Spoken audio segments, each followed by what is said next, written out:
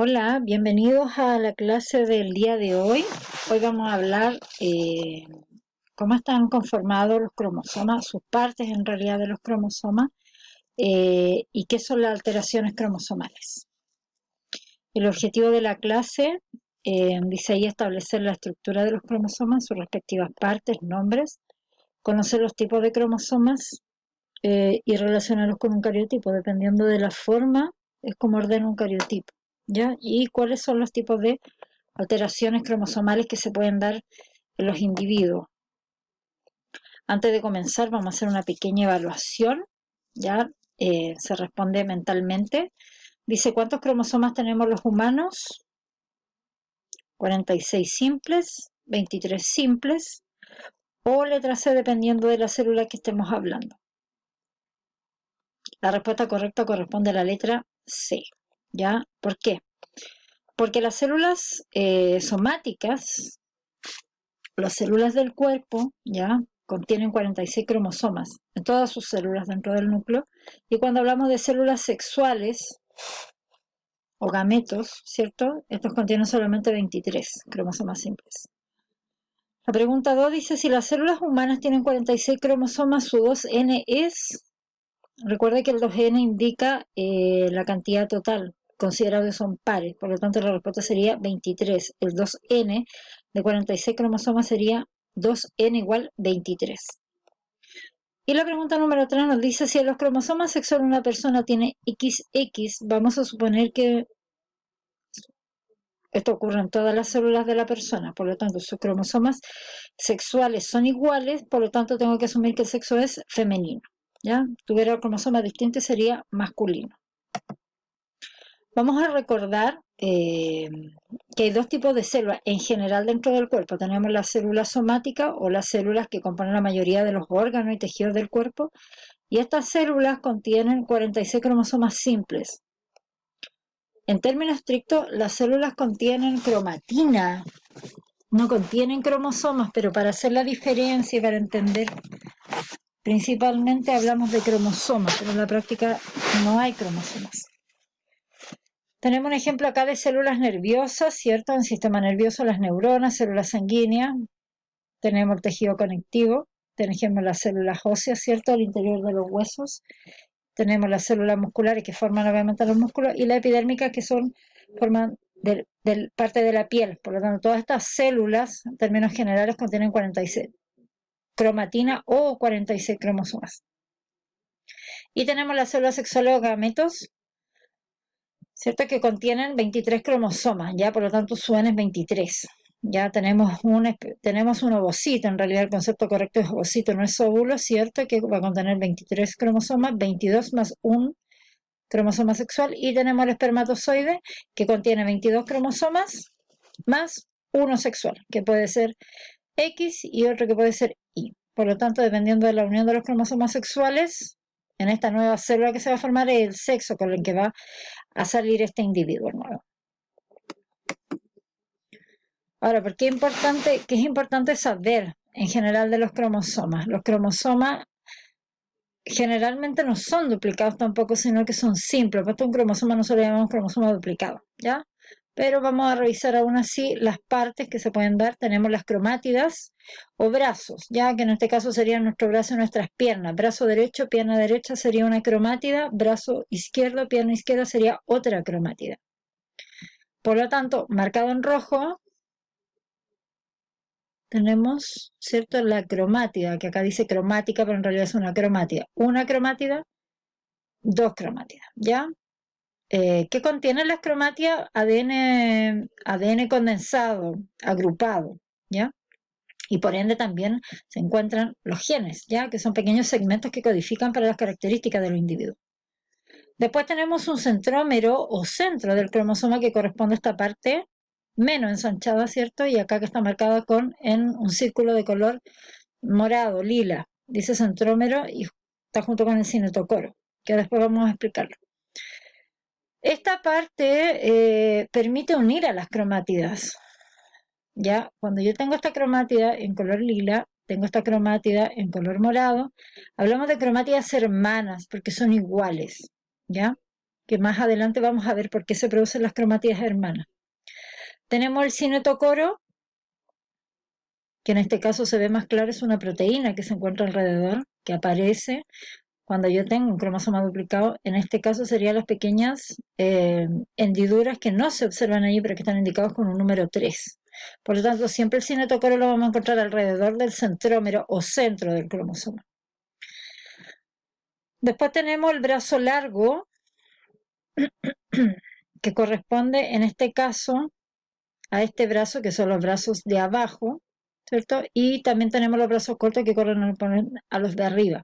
En este caso, da la sensación que este fuera el brazo largo, pero este es el brazo corto, ¿ya? Y este es el brazo largo, lo mismo acá, brazo largo, brazo corto. En general los brazos cortos van en la parte superior del cromosoma y los brazos largos en la parte inferior, ¿ya? Estos dos conceptos van dentro de cromátidas, ¿ya? O brazos. Tenemos los telómeros, que en este caso corresponden a la parte de acá arriba. Los telómeros son como los extremos, ya que acá no están marcados, pero son como los extremos, ya. Los telómeros básicamente nos van indicando cuando el cromosoma se va achicando o va perdiendo material. Y tenemos los satélites que corresponden a la parte de abajo, ¿cierto? Una parte pequeña estrangulada que corresponde ahí.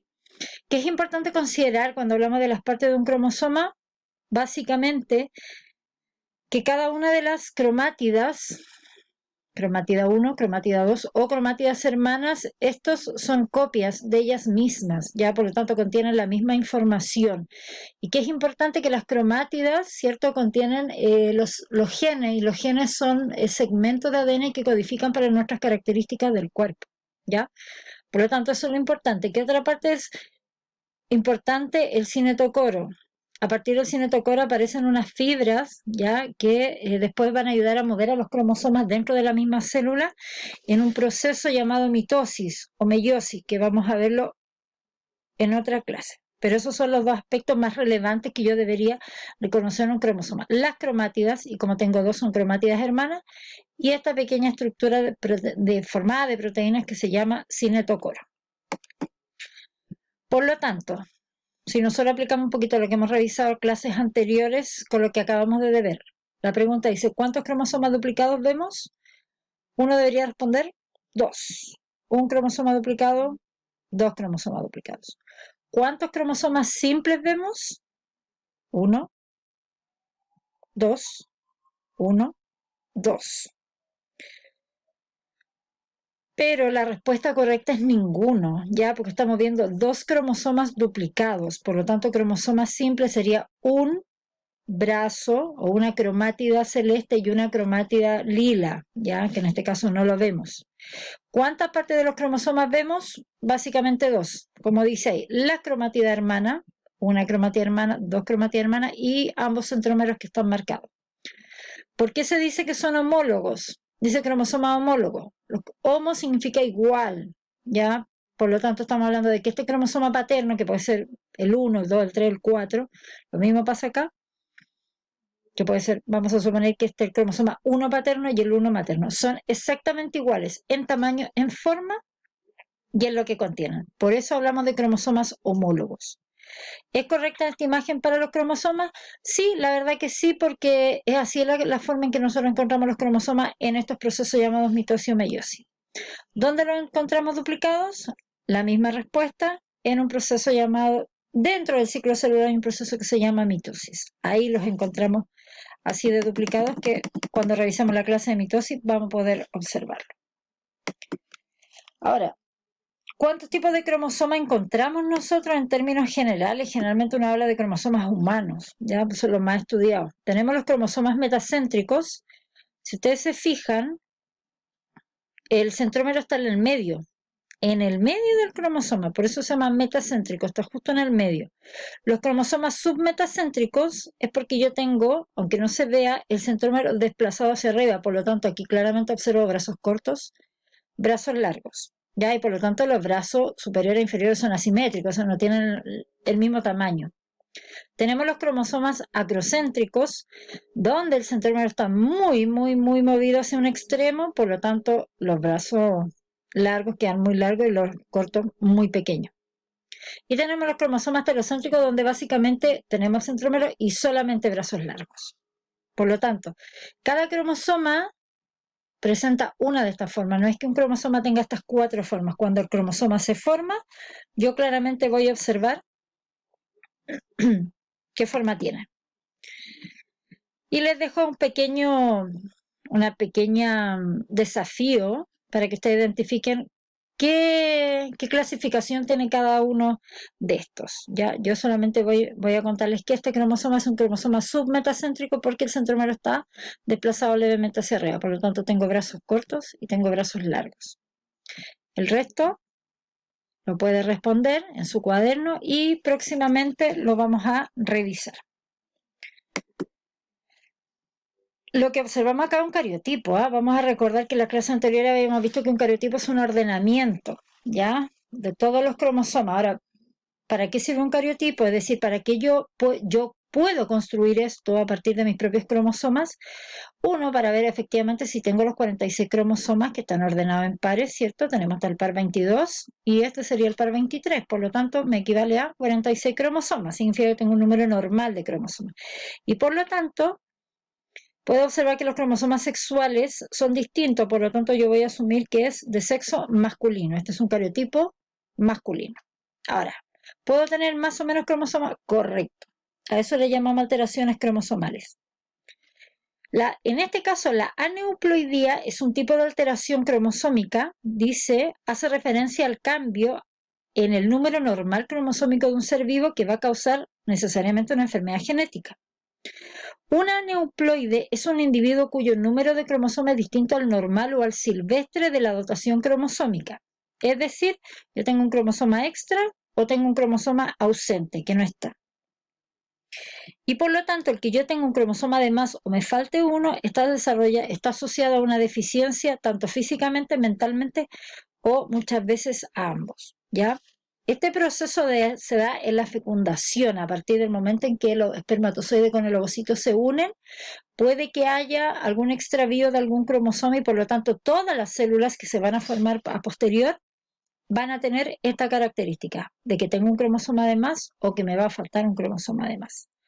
Por lo tanto, cuando hablamos de aneuploidía, es que yo tengo o cromosomas de más o de menos. Vamos a revisar a continuación 4 ejemplos de aneuploidías, ¿ya? O individuos que pueden tener más o menos cromosomas de lo normal.